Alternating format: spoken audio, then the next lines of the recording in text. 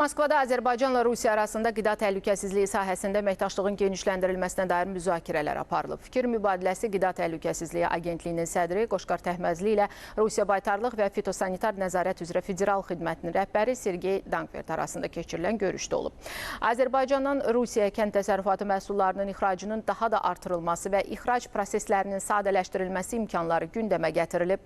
Bundan əlavə qida məhsullarının qablaşdırılması və etiketlənməsi, eyni zamanda heyvan və bitki sağlamlığı sahəsində dövlət nəzarətinin həyata keçirilməsi, sağlam və keyfiyyətli məhsullarla təmin edilməsi istiqamətində tələblərlə bağlı fikir mübadiləsi aparılıb. Görüşdə həmçinin təcrübə mübadiləsi, heyvanların identifikasiyası, xüsusi təhlükəli heyvan xəstəliklərinə qarşı mübarizə, eləcə də pestisidlərin və agrokimyəvi maddələrin dövriyyəsinə nəzarət mexanizmləri diqqət mərkəzində olub. Bizim məhsulların təhlükəsizlik göstəriciləri beynəlxalq standartlara tamamilə uyğundur və bu da bizə imkan verir ki, Azərbaycan kənd təsərrüfatı məhsullarını biz dünyanın 73 ölkəsinə, o cümlədən də Rusiya Federasiyasına ixracını həyata keçirdə bilirik.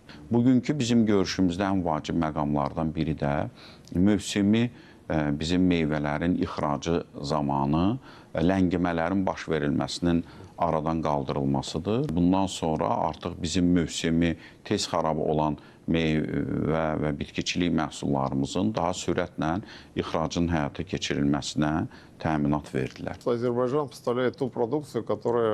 Azərbaycan bizə bəzən ölkəmizdə ümumiyyətlə istehsal olunmayan məhsullar ixrac edir. Azərbaycan bizim vaksinlərimizlə maraqlanır. Vaxtilə biz agentliyin diqqətini tərəvəz və meyvə məhsullarında pestisidlərə nəzarətin vacibliyinə yönəltmişdik. Deyə bilərəm ki, bu istiqamətdə də yaxşı nəticələr əldə olunub. Hətta bəzi məsələlərdə Azərbaycan pestisidlərin qeydiyyatı və qadağası sahəsində bizi qabaqlayır. Çünki başqa ölkələrdə qadağan olunan bir çox pestisidlər Azərbaycanda dərhal istifadədən çıxarılıb.